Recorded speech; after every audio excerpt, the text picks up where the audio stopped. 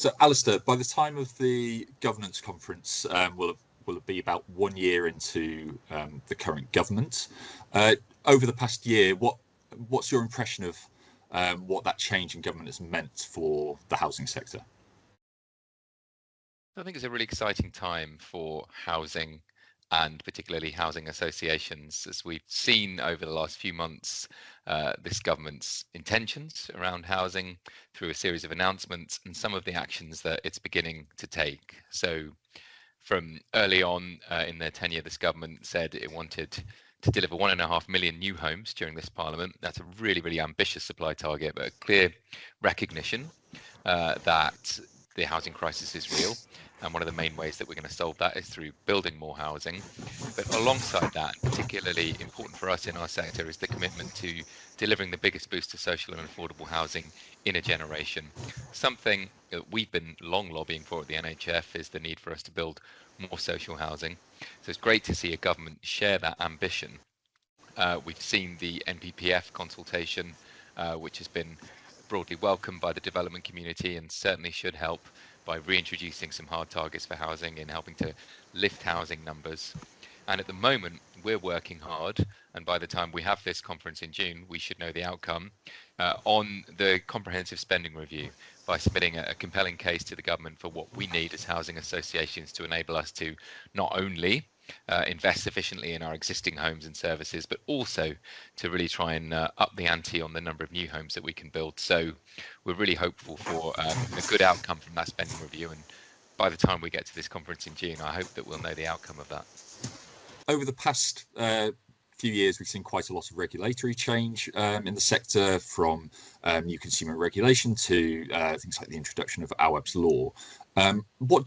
What's your take on what those changes mean for governance professionals, and in particular the role they play within the housing association? So it's a time of big change in the sector.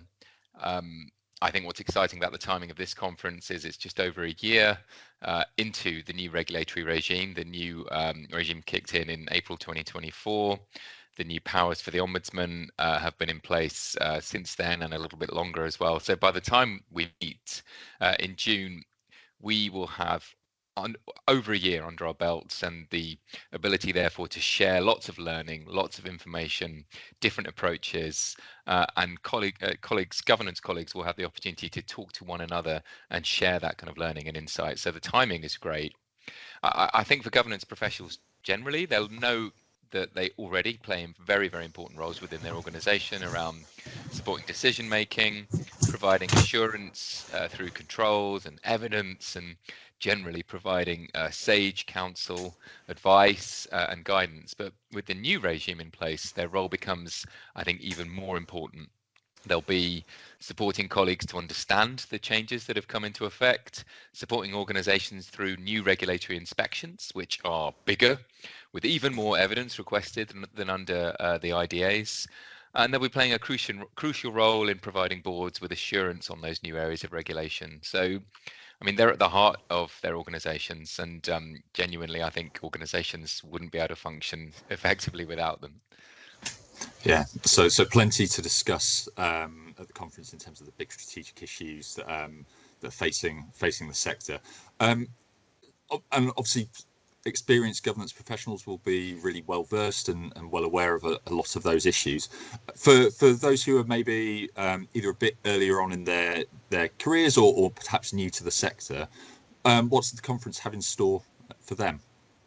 So this is an exciting year for junior governance professionals, as we are for the first time offering a new opportunity for junior delegates to learn and develop. So we're offering an online housing governance masterclass for people who are in their first housing governance role, so maybe a governance officer or even a governance manager. And that's taking place online on the 12th of June between 10 o'clock and 3 o'clock in the afternoon.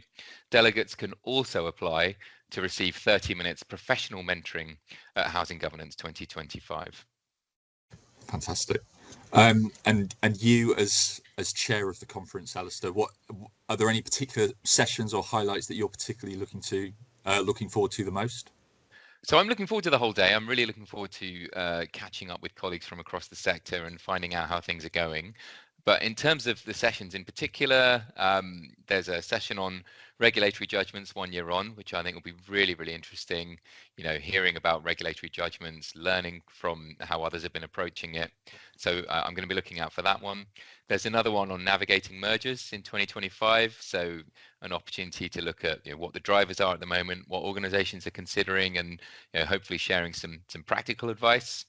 And then a session on maintaining board vitality through effectiveness reviews. At a time when boards are taking on more than ever and have to understand more than ever, it's a complex environment. There's more regulation. There's a lot to get through. I think the importance of board vitality and effectiveness has never been greater. So I'm really interested to hear what people have got to say in that session as well. Overall, there's a lot to look forward to. I can't wait to see you there. Yeah, plenty going on at the conference. So as Alistair says, looking forward to seeing you all there, and book your tickets for the 19th of June if you haven't done so already. Thank you.